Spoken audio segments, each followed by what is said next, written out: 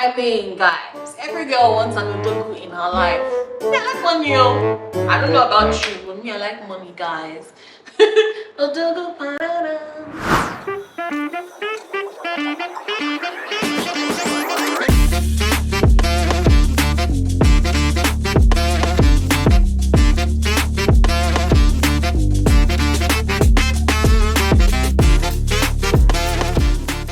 Hi, guys. It is I again, as I promised, in your faces, Amanda Iriepe.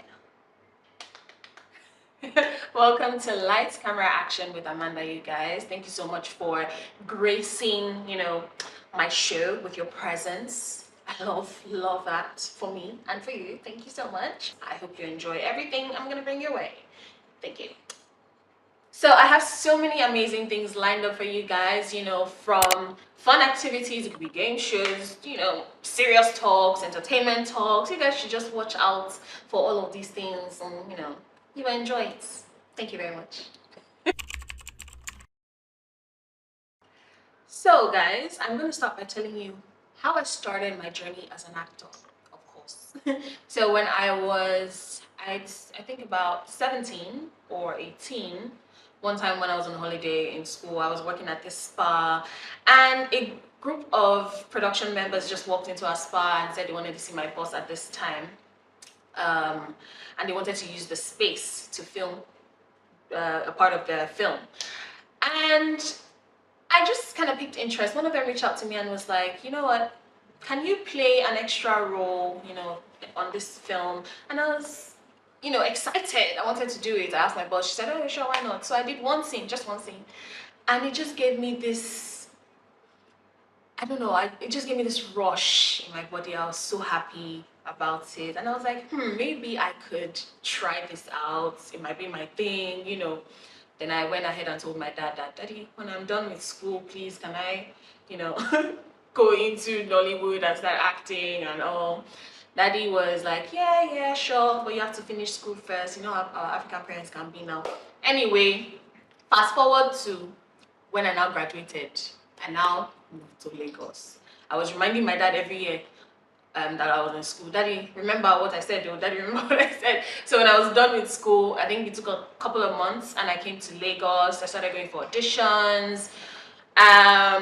Got a few roles from auditions, and then when I landed one gig, when you do something well and people like what you do, they can recommend you for other jobs. So then I started getting recommendations on other gigs and for more productions, like that. Yeah, that's pretty much this is like the shortest way I could explain how I started as an actor. So, as much as I enjoy acting and I love it, I can't deny the fact that there are no struggles here and there, like challenges. I think that's the best way to put it. I feel like every job has its own kind of challenges, and acting on its own too does. When I first started, I can't say that it was easy to get into the industry and get to this point where I am. It wasn't that easy, because then when you go for auditions, you get a lot of no's. Sometimes even if you're really good and you know that you're really good, maybe you just don't suit the character that they want for that particular role physically, or maybe the way you speak doesn't work for what they want, and you just get a lot of no's sometimes, and that can hurt, especially when you're so eager, when you know that you really want to be on this project. It can hurt.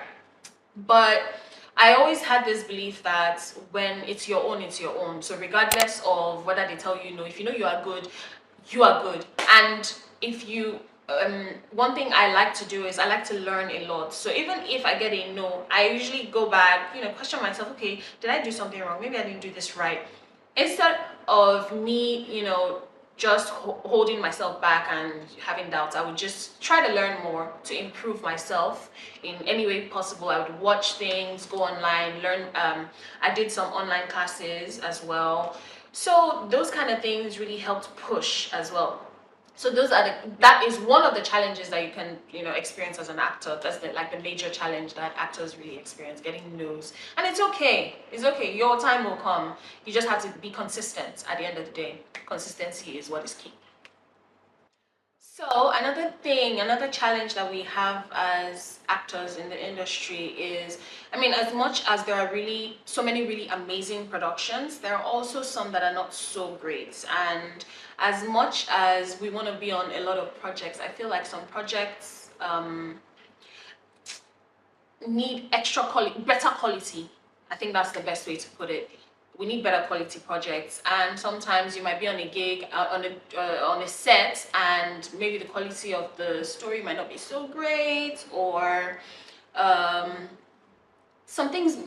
I don't know the best way to explain it, but you get my point. Quality is very important, and sometimes if we don't get those kind of quality jobs as actors, it kind of hinders us from bringing out the best in us when we're performing. In a way, I mean, that's what I think anyway. Might be different for other people, but that's how I see it. So yeah, we need more quality productions, and right now, let me just say that we are still in the path of growth. We're growing, we're getting better. That's the best thing. So what I'm trying to say is that we need more quality productions. I'm always one to go for quality over quantity. So the better quality productions we have, the better we are, the better we grow, the more we learn. And as actors, like I said, we want to showcase our talent. We want to go deep into it. And when we have quality productions, these ones help us to bring out that depth in us when we're performing. Do you get? Okay, so regardless of the challenges, I only mentioned like two, and then I broke it down a bit. But regardless of that, I don't want anybody that wants to come into this industry to feel discouraged, because when you want to do something, if it's your own, like I said earlier, it is your own. And if you're consistent, you get better, you improve, people will start to reach out to you. As long as you're delivering quality work, then you're good. So just do you. Just do you. Be real, be authentic, and you're just gonna, your authentic self will gradually take you to the places that you need to be. That's how I see it. I hope that helps.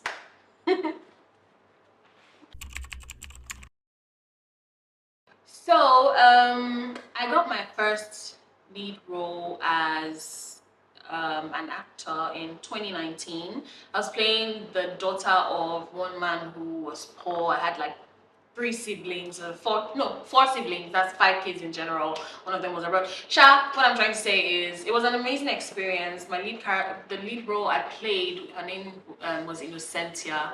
The title of the show is called Man Peking. It was very challenging for me, I can't lie, because I had to start thinking from the mindset of a child, because my character was 17 years old, and I think at the time I played it I was 23-ish, about, anyway. And the character was 17 years old, so I had to start thinking from the mindset of a child, and she was a very pompous child that, liked good life, but because her father was poor, she couldn't really get what she wanted, and she used to get in trouble a lot because maybe she would borrow money from a friend. Oh my god, she had a very annoying brother. His name is Stanislaus. Oh god, that brother. I don't even know, let's not even go that far, but it was pretty challenging. I really had to go deep. And when I was done filming the series, the first season, it took me a while to be able to get out of that character, because there's some things I would do in my day-to-day life that would just seem like I'm acting childish, and then I'll be like, oh shit. It was so difficult to get out of it, but over time, I was able to. So that's one thing about actors though. When you get into character, if you're really deep into it, it might take you a while to get out of it. You can start behaving like that person, like that character in your real life for a while. That's why some people go into therapy, especially in Hollywood, they do that a lot. When they are done with this thing, some of them, depending on the depth or the kind of role they were playing, if it's a psychological role or some spiritual kind of characters, some of them end up going to therapy just to be able to get, out of that space. So it's a big deal for us. I enjoy it, but at the same time, I'm also very intentional about my mindset, taking care of my mind as much as I'm performing for you guys. It's entertainment, Thank me. Thank you too for watching, by the way. Yes, so another project that I was on, although I wasn't lead on this one, is Love in Every Word. A lot of people know about this. You guys loved it a lot. I was even shocked at how far it blew, to be honest. I was so excited because people were talking about it. The story was amazing. It was very relatable. You know, the whole Igbo achalugo, whatever. I was literally working when my phone was blowing up. I was like, oh, people talking about this thing. What's going on? What's going on? Next thing I'm seeing comments, seeing how interesting they loved it. At that point, I had not watched it because it was the day it came out, my phone started to blow, but I was working, like I said. But when I now eventually watched it, I was like, ha ha ha. I can understand. I mean, you know, sometimes you're on projects and you might not know the entire story because you're not like the main character. Like I said, I wasn't the main character on this one. I was just like a supporting character. So I only knew like my bits and some other little parts. Yeah. So I didn't know the entire story. But when I watched it, I loved the story. It was really good. It was very relatable. It was very romantic, it was sweet, you know, the kind of things girls love now. We are girly girls. I mean, guys, every girl wants an odogu in her life. Me, I like money, oh. I don't know about you, but me, I like money, guys. Odogu, that's another project I was on, Loving Everyone. If you haven't seen it, you go see it. It's beautiful. You're gonna love it, trust me. And then there's also Wura. I had mentioned this in my first episode. And it's a series, so it's like really long, but it is also very interesting. It's like power play. My character in there was a very bad guy. I wish I had more screen time on it. It would have been beautiful, but I'm still grateful for the screen time that I had regardless, because then I had to experience what it was like to, or what it would be like to be a wicked bitch. a wicked person. Man, my character was something else. I don't even know how to describe her particularly, but yeah, I loved the thrill. I love that I could, you know, raise my shoulder and look down on people in the film. Of course, I don't look down on people in real life. Let's point that out. Okay, I'm a very good girl, very kind girl. Anyway, yeah, so it was interesting for me. So that's Wura. If you haven't seen it too, you can go see it. It's on Showmax, by the way.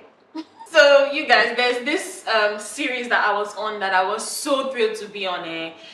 I had the privilege of working with the one and only Kanayo Okanayo. Oh my god. On that set, the moment I passed, because I walked into the room on my first day and I saw him and I was like, I was so starstruck. I didn't know how to behave. I just greeted, good morning, sir. I said, how are you? I said, fine, thank you, sir.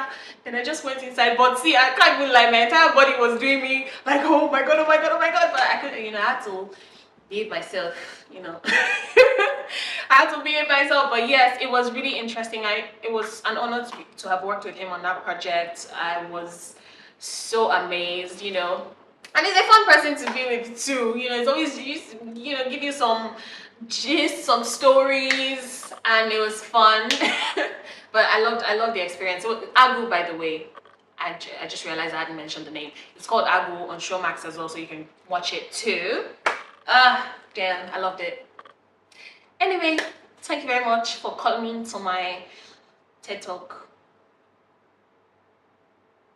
So guys, these are some of the projects I've been on that I consider my big breaks. You know, I'm sure there'll be many other big breaks, bigger breaks soon enough, but at this point in time, these are some. There are others, but these are some. If you listed in front of you, to mention that I consider some of my big breaks. So thank you. So one of my, you know, audition experiences that I'm going to gist you guys is, I've had multiple, to be honest, and similar, yeah. But like, you'd go to an audition venue and then you see a crowd of people auditioning for the same role, and in your head you're like, where do I want to start from? Because then you're seeing like some like really known faces that, you know, when people see them on the streets, they already know them. And then there are some others that are, you know, coming up, but they're also really good. And you're just like, okay, you know you're good though, but you have competition, so your heart is beating fast. you know, you're trying to, okay, God, please, I don't know, let me get there, let me try to do well and just come out without flopping, because sometimes your nerves can take control and just mess you up. But if you can, I wouldn't say that there's nobody that goes for auditions that does not get nervous. Everybody gets nervous. It's just some people know how to control it better than others, and it wouldn't affect them. I've gone to an audition where I was so ready, and then the moment I got on, you know, in front of the camera and in front of the judges, I started to get extremely nervous, and then my performance rate was, to me, lower than I would have performed before. I mean, some of them, sometimes the judges tell you what they think about your performance, which is great. They will tell you, oh my God, that was good. But in your mind, you're like, was it really good? Was it really good? I feel like I messed up. I know that feeling. Gosh, so. Anyway, yeah, we have those experiences, and then the other times when I just walk in, like, you know, with my shoulder high and just do my audition and walk out like, oh, I did great, you know. But yeah, there are really nice experiences when you go to audition. Sometimes it can be strenuous, you know, because then you have to wait in line. There are some auditions you will go for where there's like 500 people waiting to be auditioned by the judges, and you're just like, where do you want to come from? I know when I first started, I would wake up very early in the morning, say 5 a.m., just so I would get to the audition venue early enough to be between 1 and maybe number 100, just so I would audition between the first person and the 100th person, because people come for those kind of open auditions. You know, I haven't been to open auditions in a while, but damn, it was a lot. You will wait morning till evening before you audition sometimes, and sometimes the judges will get tired and they just want to eat and sleep. So at that point, they won't really listen as much. You know, sometimes they just want to rest. So auditions can be stressful. Open auditions particularly can be stressful sometimes, but at the same time, it's fun, because then you meet other actors, other amazing actors, by the way, because I have met some really, really fantastic actors just attending auditions. And there you can form connections, you know, bonds, you know, connections, sha. Yeah. So you guys, it's happened to me like several times, I'm not gonna lie, where I've gone for auditions and I have the lines in my head, I'm ready, and then I go on in front of the camera, in front of the judges, and then I start to talk, and the next thing I've forgotten my line, black, just everything is zero. All the lines that were in my head, everything just disappeared into thin hair. That was a mistake before, but I just did that. But yeah, just disappeared into thin air, like I didn't read anything, and I would just sometimes in those situations I would now have to start trying to improvise to even make it make sense, and I'm like, oh shit. Then in those moments I know that I had messed up because bruh, nah. And then, I mean, in those cases, it's easier in cases when you have your own monologue. Then you can improvise and just do something else, and the judges won't know because they don't have the script. You have your script, so you can improvise and change the entire thing. As long as you still perform well, they will like it. Do you get? But if they give you a script to read, so they know what is in the script already, and then you not forget your lines, what are you gonna do then? Bruh, nah. At that time, it was not funny. It was not funny then. It's funny now, but it was not funny then. Because I know I went home and I cried. I cried because you know when you're eager to be on this big project and they give you a script, you're expecting to perform and then you forget your lines. Amanda, really? Why would you forget your lines? So yes, I have cried in those situations. Well, it's all beautiful experiences because at the end of the day, it's what has shaped me into becoming a better actor at the end of the day. So yeah, I'm happy for the experiences. You guys, so I know in my first episode I had mentioned that I'm a director in training. So I'm just gonna talk a little bit about that. It's been an amazing experience, to be honest, because the mind of a director is very different from the mind of an actor. You have more room to be creative. You can be more creative with space, with movements, you know. with how you want the actor to position themselves in a certain way, depending on the scene. Do you get? And there are different types of directors, yes, but I would love being an actor's director. I'm still in the process of learning, but I also am a director as well, because I have directed a couple of scenes in some projects, not as the main director, but as the as me shadowing the main director. Do you get? So sometimes the directors let me do scenes. Maybe they're busy. They'll be like, okay, Amanda, direct this scene, this scene, this scene, and then I'll do those scenes. They check it, of course, just to be sure, but they're always happy with my performance, which I am very proud of, you guys. I'm so happy because it's something I've wanted to do like for the longest time. And when I finally started doing it, I just felt fulfilled, you know, in that aspect, and I was so happy. And that's one thing I'm going to tell you guys: don't ever give up on your dream. If you want to do something, make sure you pursue it, even though sometimes you might not know how to go about it or where to start from.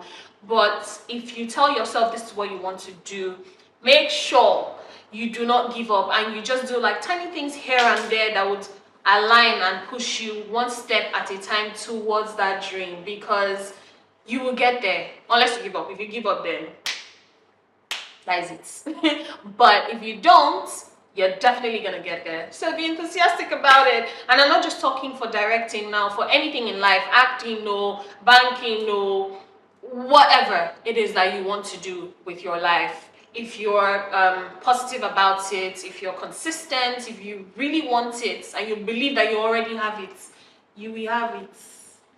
You will get it. I'm not even joking. I'm speaking from experience, and I love it for me and for everybody else that, you know, wants something great out of their lives. So keep chasing that dream, you guys. Keep chasing it.